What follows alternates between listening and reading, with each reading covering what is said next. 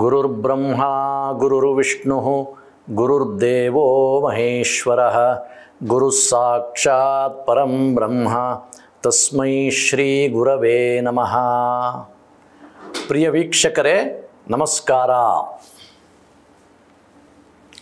ಆರುಣಿ ಅಂತ ಒಬ್ಬ ಶಿಷ್ಯ, ಧೌಮ್ಯ ಅಂತ ಗುರುಗಳು, ಧೌಮ್ಯ ಮಹರ್ಷಿಗಳ ಶಿಷ್ಯರು ಆರುಣಿ. ಗುರುನಿಷ್ಠೆಯನ್ನು ಉಸಿರಾಗಿಟ್ಟುಕೊಂಡಂತಹ ಆರುಣಿ ಒಂದು ಸಲ ಗುರುಕುಲಕ್ಕೆ ಸೇರಿದಂಥ ಒಂದು ಗದ್ದೆಯಲ್ಲಿ ಪ್ರವಾಹ ಬಂದುಬಿಡುತ್ತೆ. ನೀರಿನ ಪ್ರವಾಹ, ಗದ್ದೆಯ ಬದುವೆಲ್ಲ ಕೊಚ್ಚಿ ಹೋಗಿಬಿಡುತ್ತೆ. ಗುರುಗಳು ಆರುಣಿಗೆ ಹೇಳ್ತಾರೆ, ಅದನ್ನು ಸ್ವಲ್ಪ ನೋಡಿ ಸರಿ ಮಾಡಪ್ಪ ಅಂತ. ಆರುಣಿ ಆ ಬದುವನ್ನು ಮುಚ್ಚಲಿಕ್ಕೋಸ್ಕರ ಕಲ್ಲನ್ನು ಇಡ್ತಾನೆ, ಮಣ್ಣಿನ ಗೋಡೆ ಕಟ್ಟಲಿಕ್ಕೆ ಪ್ರಯತ್ನ ಮಾಡ್ತಾನೆ. ಏನು ಮಾಡಿದ್ರೂ ಅದು ನಿಲ್ಲಲ್ಲ. ಆದರೆ ಗುರುಗಳು ಹೇಳಿದ ಕೆಲಸವನ್ನು ಮಾಡುವುದಷ್ಟೇ ಕೆಲಸ, ಕಾರಣ ಹೇಳೋ ಹಾಗಿಲ್ಲ. ಹಾಗಾಗಿ ಏನು ಮಾಡಬೇಕು ಅಂತ ಗೊತ್ತಾಗದೆ ಆರುಣಿ ಏನು ಮಾಡಿಬಿಡ್ತಾನೆ, ಆ ಬದುವಿಗೆ ಅಡ್ಡಲಾಗಿ ತಾನೇ ಮಲಗಿಬಿಡ್ತಾನೆ ಪ್ರವಾಹವನ್ನು ನಿಯಂತ್ರಿಸೋಕ್ಕೋಸ್ಕರ. ಸರಿ, ಎಷ್ಟೊತ್ತಾದ್ರೂ ಕೂಡ ಆರುಣಿ ಬರಲ್ಲ. ಗುರುಗಳು ನೋಡ್ತಾರೆ. ಪರಮ ಕರುಣಾಳುಗಳು ಗುರುಗಳು, ಶಿಷ್ಯನ ಬಗ್ಗೆ ವಾತ್ಸಲ್ಯ ಇರುತ್ತೆ. ಹುಡುಕ್ತಾ ಬರ್ತಾರೆ, ಆರುಣಿ ಎಲ್ಲಿದ್ಯಪ್ಪ ಅಂತ. ನೋಡಿದರೆ ಮೈಯೆಲ್ಲ ಕೆಸರು. ಇವನ ಅವಸ್ಥೆ ನೋಡಿ ಏನು ಅಂತ ಕೇಳ್ತಾರವರು. ಅವನು ನಡೆದದ್ದೆಲ್ಲ ಹೇಳ್ತಾನೆ. ತಮ್ಮ ಆಜ್ಞೆಯನ್ನು ನೆರವೇರಿಸಬೇಕು, ಆ ಕೆಲಸವನ್ನು ಮಾಡಲಿಕ್ಕೋಸ್ಕರ ನಾನೇ ಮಲಗಬೇಕಾಯಿತು ಗುರುಗಳೇ, ಕ್ಷಮಿಸಬೇಕು. ಸಮಯಕ್ಕೆ ಸರಿಯಾಗಿ ನನಗೆ ವಾಪಸ್ ಬರಲಿಕ್ಕಾಗಲಿಲ್ಲ ಅಂತ ಹೇಳ್ತಾನೆ ಹೊರತು ತನಗೆ ಕಷ್ಟ ಆಗಿದ್ದನ್ನು ಹೇಳೋದೇ ಇಲ್ಲ. ಎಂಥ ಒಂದು ಗುರುನಿಷ್ಠೆ! ಧೌಮ್ಯರ ಹೃದಯ ತುಂಬಿ ಬರುತ್ತೆ. ಜ್ಞಾನಿಗಳವರು, ದಯಾಮಯರು ಕೂಡ. ಶಿಷ್ಯನಿಗೆ ಉದ್ದಾಲಕ ಅಂತ ಹೆಸರಿಟ್ಟುಬಿಡ್ತಾರೆ. ಉದ್ದಾಲಕ ಅಂದರೆ ಬದುವಿಂದ ಎದ್ದು ಬಂದವನು ಅಂತ. ಹಾಗಾಗಿ ಅವನ ಒಂದು ಗುರುನಿಷ್ಠೆಯನ್ನು ಪ್ರಕಾಶಗೊಳಿಸುವಂತಹ ಹೆಸರನ್ನೇ ಅವನಿಗೆ ಇಟ್ಟುಬಿಡ್ತಾರೆ. ಅಷ್ಟು ಮಾತ್ರ ಅಲ್ಲದೆ ತಮ್ಮ ಸಂಕಲ್ಪ ಮಾತ್ರದಿಂದ ಸಕಲ ವೇದಶಾಸ್ತ್ರಗಳ ಸಾರವೂ ಕೂಡ ಅವನ ಬುದ್ಧಿಯಲ್ಲಿ ಸ್ಫುರಣೆ ಆಗಬೇಕು, ಆ ರೀತಿ ಅನುಗ್ರಹ ಮಾಡ್ತಾರೆ.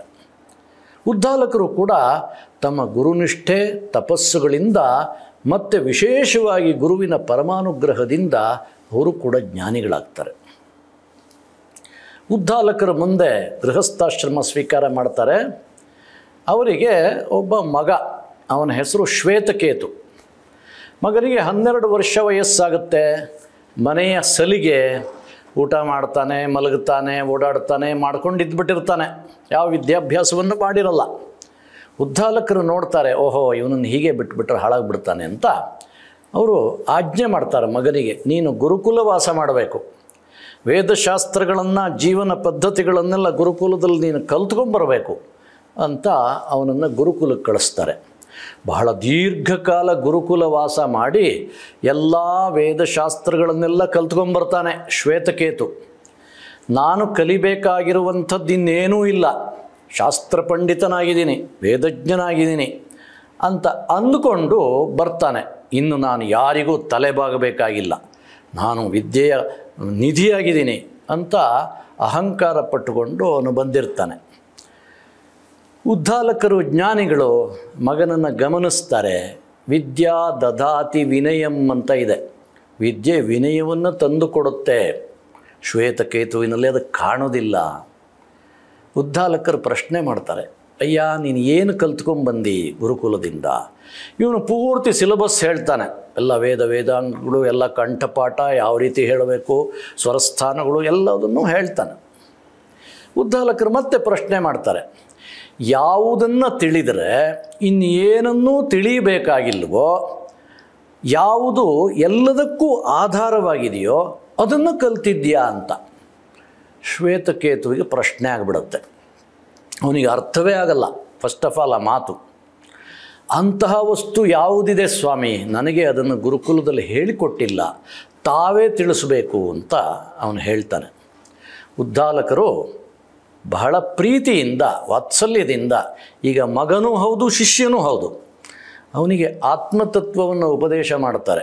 ಎಂಥೆಂಥ ಉದಾಹರಣೆಗಳನ್ನು ಕೊಡ್ತಾರೆ ನೋಡಿ. ಅವನಿಗೆ ಹೇಳ್ತಾರೆ, ನೋಡಪ್ಪ, ಗಂಗೆ, ಯಮುನೆ ಅಂತೆಲ್ಲ ನಾವು ನದಿಗಳ ಹೆಸರನ್ನು ಕರಿತೀವಿ. ಅದೆಲ್ಲದೂ ಕೂಡ ಸಮುದ್ರಕ್ಕೆ ಸೇರಿ ಆದಮೇಲೆ ಅಲ್ಲಿ ನಾನು ಗಂಗಾ ನದಿ, ನಾನು ಯಮುನಾ ನದಿ ಅಂತ ಹೇಳ್ಕೊಳ್ಳೋ ಥರ ಇರುತ್ತಾ ನದಿಗಳು? ಇಲ್ಲ, ಮಹಾಸಮುದ್ರವೇ ಆಗಿಬಿಡುತ್ತಲ್ವಾ.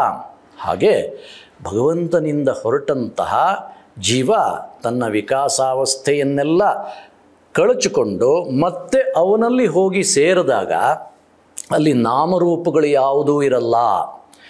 ಈ ಸದ್ವಸ್ತುವೇ ಎಲ್ಲದರಲ್ಲೂ ಇದೆ, ಅದರ ವಿಸ್ತಾರವೇ ಎಲ್ಲದೂ ಆಗಿದೆ.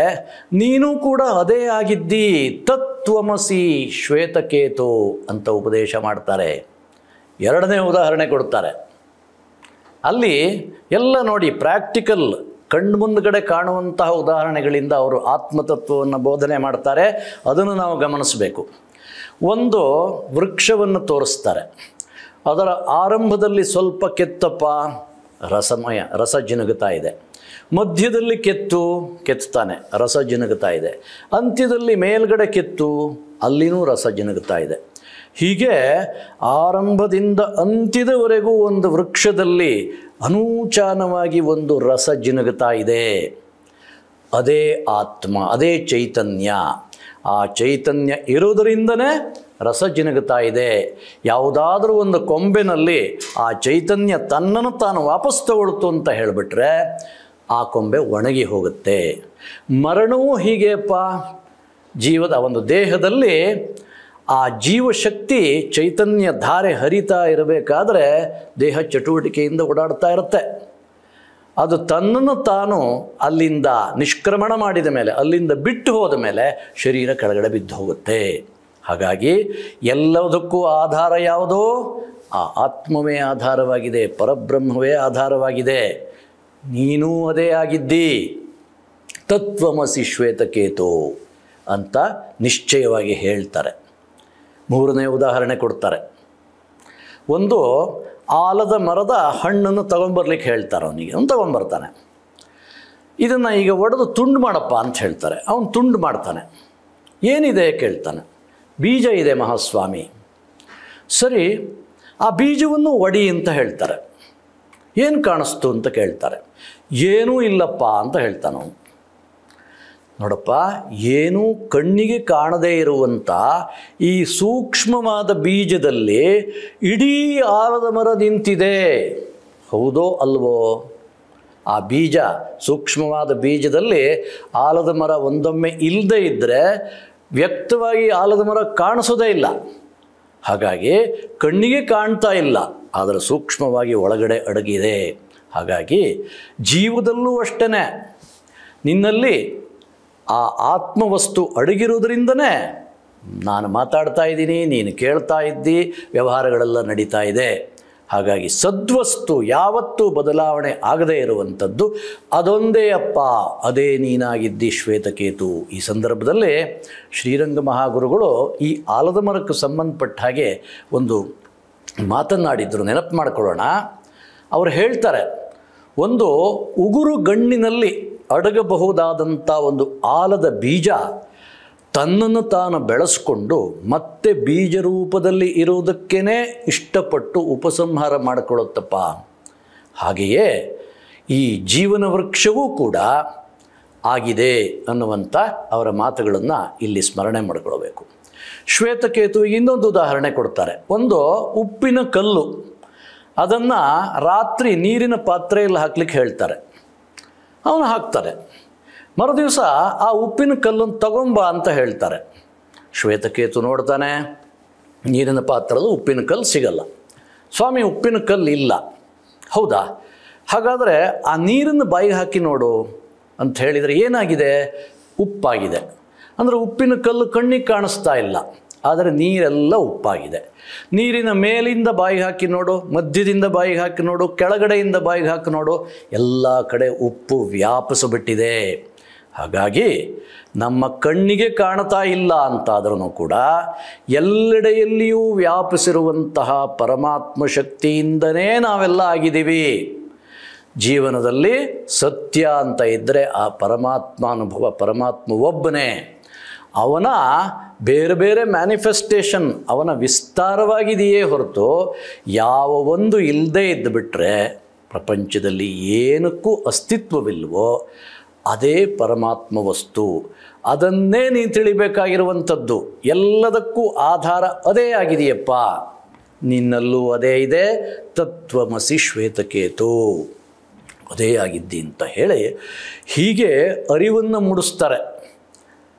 ಶ್ವೇತಕೇತು ಅವನಿಗೆ ಈ ಸರಳವಾದ ಉದಾಹರಣೆಗಳಿಂದ ಅತಿಶ್ರೇಷ್ಠವಾದ ಆತ್ಮತತ್ವವನ್ನು ಅವನ ಬುದ್ಧಿಗೆ ತರಹ ಮಾಡ್ತಾರೆ.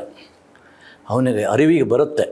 ಅವನು ಅದರ ನಂತರದಲ್ಲಿ ತನ್ನ ಅನುಭವ ಸಿದ್ಧವನ್ನಾಗಿ ಮಾಡಿಕೊಳ್ಬೇಕಲ್ಲ, ಅದಕ್ಕಾಗಿ ತಪಸ್ಸು ಆಚರಣೆ ಮಾಡುವಂತಹ, ಅದಕ್ಕಾಗಿ ತನ್ನ ಜೀವನವನ್ನೇ ಮುಡುಪಿಡುವಂಥ ಸಂಕಲ್ಪ ಮಾಡಿ ಅದೇ ರೀತಿ ತಪಸ್ಸು ಮಾಡಿ ಅವನು ಕೂಡ ಬ್ರಹ್ಮಜ್ಞಾನಿಯಾಗ್ತಾನೆ. ಅವನು ಆ ಆನಂದಾನುಭವವನ್ನು ಸ್ವತಃ ಅವನ ಅನುಭವಿಸೋ ಹಾಗಾಗತ್ತೆ ಅನ್ನೋದು ಈ ಉದ್ದಾಲಕ ಶ್ವೇತಕೇತುಗಳ ಒಂದು ಕಥೆಯಿಂದ ನಮಗೆ ವ್ಯಕ್ತವಾಗುತ್ತೆ. ಇದು ಛಾಂದೋಗ್ಯ ಉಪನಿಷತ್ತಿನಲ್ಲಿ ಬರುವಂತಹ ಒಂದು ಕಥೆ. ಉಪನಿಷತ್ತುಗಳು ಅಂತ ಹೇಳಿದರೆ ಬ್ರಹ್ಮವಿದ್ಯೆಯನ್ನು ಗುರು ಶಿಷ್ಯನಿಗೆ ಅರುಹಲು ಬಂದಂಥ ವಿದ್ಯೆ, ಅದಕ್ಕೆ ಬೇಕಾದಂಥ ಸಾಧನಾ ಮಾರ್ಗವನ್ನು ಹೇಳುವಂತಹ ವಿದ್ಯೆ. ಜ್ಞಾನಿಯಾದ ಗುರುವಿನ ಸಮೀಪದಲ್ಲಿ ಶಿಷ್ಯ ಕೂತುಕೊಂಡು ಆ ಉಪದೇಶವನ್ನು ಪಡೆದು ಜೀವನದ ಸಾರ್ಥಕ್ಯವನ್ನು, ಯಾವುದು ಸಿದ್ಧವಾದ ವಿಷಯ, ಯಾವುದು ಎಂದೆಂದಿಗೂ ಇರುವಂತಹ ಒಂದು ಆತ್ಮವಸ್ತುವಿನ ಬಗ್ಗೆ ಜ್ಞಾನವನ್ನು ಪಡೆಯುವಂತಹ ವಿಷಯ ಉಪನಿಷತ್ತುಗಳಲ್ಲಿ ತುಂಬಿದೆ ಅನ್ನೋದನ್ನು ನಾವು ನೆನಪು ಮಾಡಿಕೊಳ್ಳಬೇಕು. ಈ ಸಂದರ್ಭದಲ್ಲಿ ಬಹಳ ಸೂತ್ರಪ್ರಾಯವಾದಂತಹ ಶ್ರೀರಂಗ ಮಹಾಗುರುಗಳ ಒಂದು ಮಾತನ್ನು ನಾವು ನೆನಪು ಮಾಡಿಕೊಳ್ಳಬೇಕು. ಜೀವನದಲ್ಲಿ ಸಾಧನೆ, ಶೋಧನೆ, ಬೋಧನೆ ಮುಖ್ಯವಾಗಿ ಇರಬೇಕಪ್ಪ ಅಂತ ಅವರು ಹೇಳ್ತಾ ಇದ್ದರು. ಸತ್ಯವಸ್ತುವಿಗೋಸ್ಕರ ಸಾಧನೆ ಮಾಡಬೇಕು. ಅದನ್ನು ನಮ್ಮ ಮನಸ್ಸನ್ನು ಶೋಧನೆ ಮಾಡಿ ಅದನ್ನು ಕಂಡುಕೊಳ್ಳಬೇಕು. ಕಂಡುಕೊಂಡು ಆದಮೇಲೆ ಆ ಸತ್ಯವಸ್ತುವಿನ ಬೋಧನೆ ಮಾಡಬೇಕು. ಈ ಸೂತ್ರಪ್ರಾಯವಾಗಿ ಶ್ರೀರಂಗ ಮಹಾಗುರುಗಳು ಈ ಮಾತನ್ನು ಹೇಳಿದ್ದಾರೆ. ಅಂತಹ ಒಂದು ಗುರು ಶಿಷ್ಯ ಪರಂಪರೆಯಿಂದ ಸಮೃದ್ಧವಾಗಿ ಭಾರತೀಯ ಸಂಸ್ಕೃತಿ ಬೆಳೆದಿದೆ. ನಾವೆಲ್ಲರೂ ಕೂಡ ಅಂತಹ ಗುರು ಶಿಷ್ಯ ಪರಂಪರೆಯಲ್ಲಿ ಬಂದಂತಹ ಮಹರ್ಷಿಗಳ ಉಪದೇಶದ ಮರ್ಮವನ್ನು ಅರಿತು ನಮ್ಮ ಜೀವನದ ಹೆಜ್ಜೆಗಳನ್ನು ಇಡೋ ಹಾಗಾಗಲಿ ಅಂತ ಸರ್ವೇಶ್ವರನಲ್ಲಿ ಪ್ರಾರ್ಥನೆ ಮಾಡ್ತಾ ಈ ಮಾತುಗಳನ್ನು ಭಗವದರ್ಪಣೆ ಮಾಡ್ತೀನಿ. ನಮಸ್ಕಾರ.